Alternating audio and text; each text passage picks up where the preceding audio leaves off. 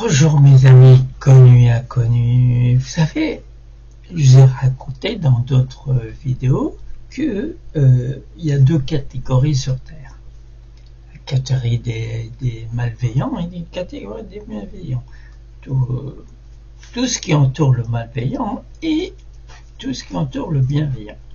À ce moment-là, il y a la guerre de qu'est-ce qu'il faut croire, ceux qui croient pas et tout. Comme si c'était imposé de croire ou de pas croire. Alors que la croyance, la foi, c'est une option. Chacun fait ce qu'il veut.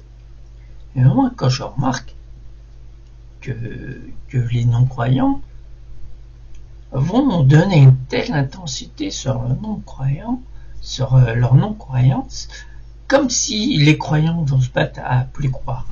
Donc ça, vous pouvez tout faire, le croyant restera croyant.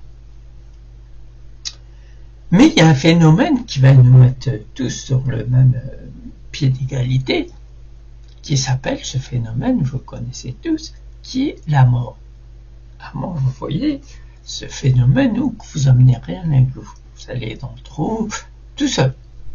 Tout seul, vous serez dans le trou. Donc, vous allez passer votre vie entière à réunir du matériel, même de l'argent, mais à ce moment-là, vous n'amenez rien avec vous.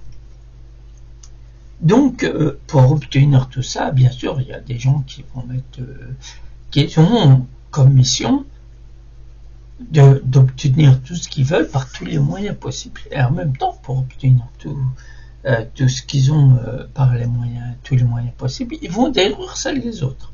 Ils vont croire en rien, ils vont détruire les autres.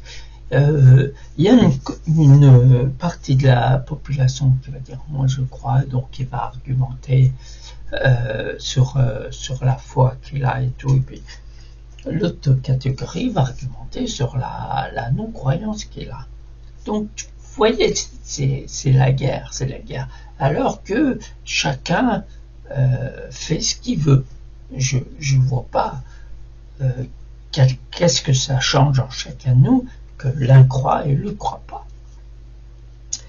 Mais ce phénomène que je vous racontais tout à l'heure, qui est la mort, va nous mettre sur le même pied d'égalité.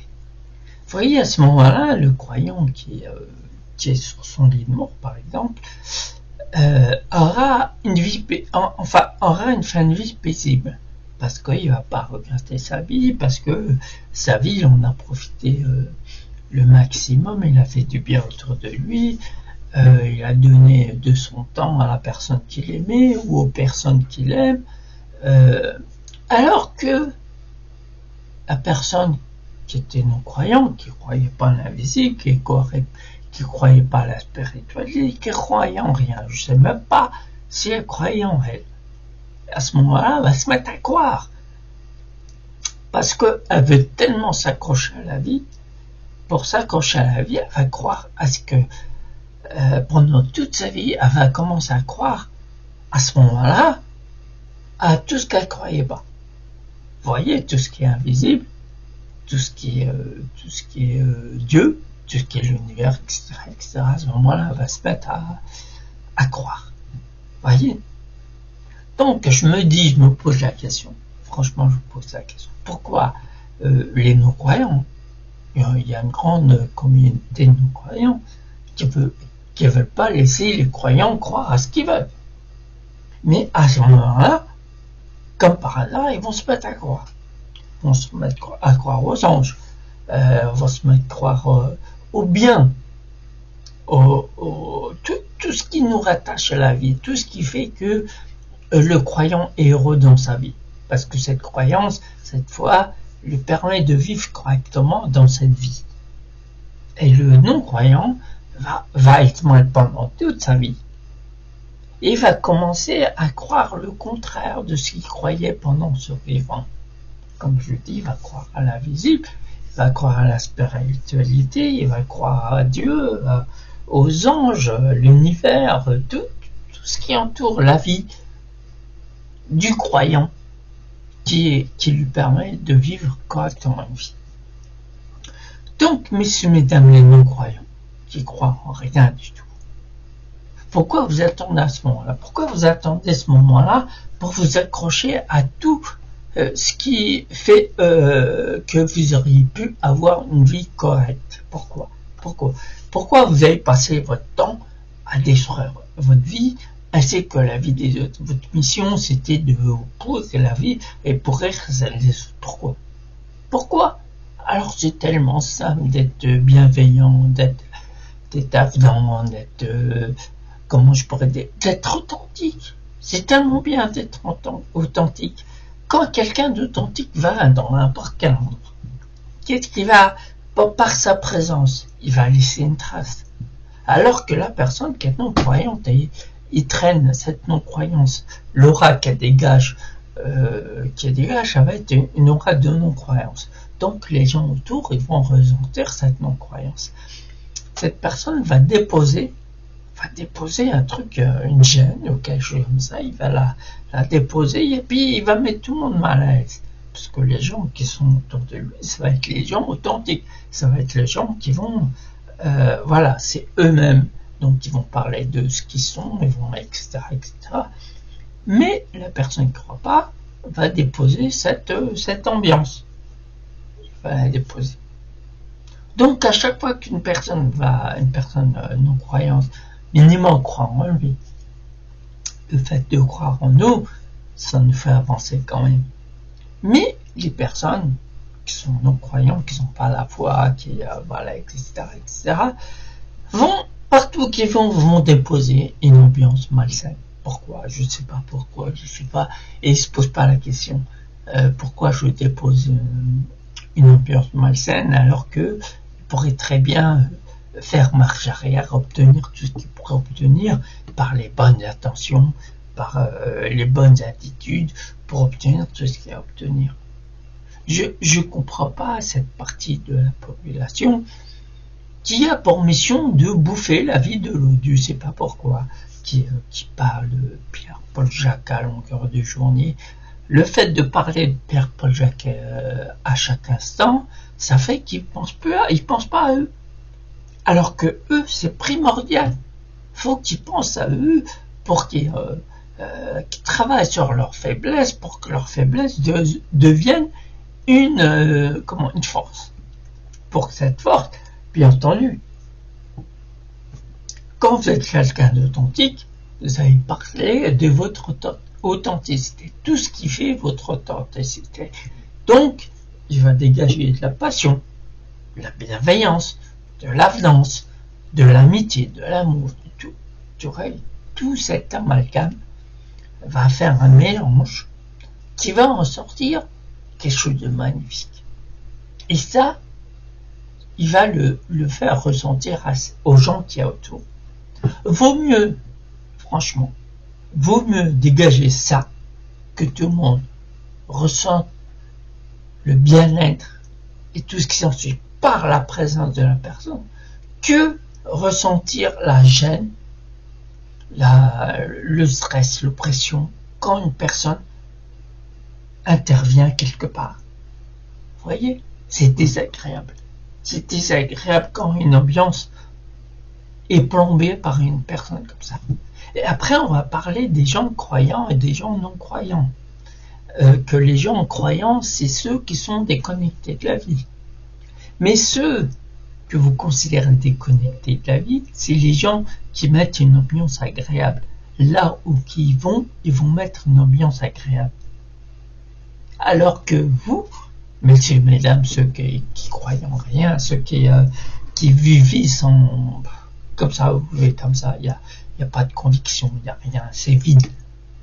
Et ben, c'est ces gens-là qui vont déposer une ambiance froide. Donc, toutes les vidéos que je fais jusqu'à maintenant, vous voyez très bien, il y a des gens qui me regardent, des gens qui ne me regardent pas, qui regardent 1 minute, 2 minutes, et qui ne regardent pas jusqu'au bout, mais peu importe, c'est pas grave. Moi, ce que je fais par mes vidéos, c'est de mettre un peu à l'oreille des gens qui m'écoutent. Parce que ce que je raconte, c'est ce qui se passe dans la réalité, c'est les émotions qui se passent, et les émotions, les comportements qui se passent en réalité. Ça existe, vous voyez tout autour de vous, ça existe. Donc, qu'est-ce que je fais? Moi, je les raconte. Quand les gens viennent me voir pendant la rencontre, vous voyez, le vendredi, ça peut se passer pendant la semaine, mais les rencontres comme ça, eh ben, il y aura cette ambiance. Je vais pas dire que ceci, cela, c'est comme ça, c'est vrai, c'est comme ça, c'est moi qui a raison et tout. Non, je vais raconter les situations. On va se trouver dans les situations. Chacun de nous, on va se retrouver dans les situations qu'on a vécues ou qu'on va vivre. Et à partir de là, on va échanger. Il y en a qui vont me dire, ah oui, c'est vrai, je me suis retrouvé là et tout, j'ai ressenti ça, j'ai fait ci, j'ai fait ça, l'autre va faire pareil et tout. Et là, il y aura des échanges. Il y aura des échanges. Et là, à partir de là, chaque personne qui sera là va découvrir sa propre solution ou ses solutions. Et ils vont faire part aux autres. Et le fait d'en faire part aux autres, à leur tour, par rapport à ces solutions, ils vont trouver leur solution. Donc, vous voyez, en fait, compte, solution plus solution plus solution, on sera inondé de solutions. Donc, les problèmes que vous considérez comme problèmes, c'est ridicule par rapport aux solutions qu'on peut trouver par l'échange, par la communication. On peut les trouver. Donc, vous voyez, comme je vous dis régulièrement, tous les mots physiques qu'on a par rapport à une situation et tout, parce que, vous savez, des fois, ça engendre du stress, de l'angoisse, ça engendre des mal de tête, mal de dos, mal partout. Et bien, en ayant cette discussion, en ayant le courage de vous lâcher, mais de toute manière, avec cette conversation hypnotique, ça vous permet de vous lâcher. Et vous verrez, par ce relâchement, vous allez pouvoir discuter librement. Et vous allez commencer à sentir votre corps s'apaiser. Toutes les tensions qu'il a accumulées jusqu'à maintenant, ils auront disparu. Donc vous voyez très bien, messieurs, mesdames, que la conversation que moi je dis hypnotique, elle fait beaucoup. Elle vous apporte beaucoup. Donc vous n'allez pas vous acheter un truc, je vais pas vous recommander un truc, vous faire un ordre ou quoi que ce soit. Mais non, tout passe par la parole. Je laisse tout ça aux professionnels qui sont aptes à faire tout ça. Mais moi, je discute. Je suis un coach de bien-être intérieur. Je fais ce que je sais faire. Et tout ce que je sais faire, il n'a pas fallu d'un diplôme. Alors que le diplôme, pour moi, c'est quelque chose que vous répétez du par cœur pour obtenir ce fameux Graal qui est le diplôme. Vous allez répéter par cœur ce qu'on vous a dit. Alors que moi, ce que j'ai appris là et je continue à apprendre, c'est la vie qui m'apprend. Le centre de formation permanent, pour moi, c'est la vie. C'est la vie qui m'a appris tout ce que je sais en ce moment sur les émotions, sur les comportements, sur l'état d'esprit surtout. C'est la vie qui m'a appris. C'est pas un diplôme qui va me rendre supérieur qu'un autre. Je suis égal. Je suis l'égal d'un autre. Parce que quand vous regardez les gens, la plupart des gens qui ont un diplôme, vont se sentir supérieurs par rapport à quelqu'un qui n'a pas de diplôme. C'est un peu bizarre. Donc on considère la nature humaine comme rien. Il suffit d'avoir un diplôme, un bout de papier pour dire que vous êtes quelqu'un de supérieur. Et non, pour moi c'est pas comme ça. Pour moi c'est la vie.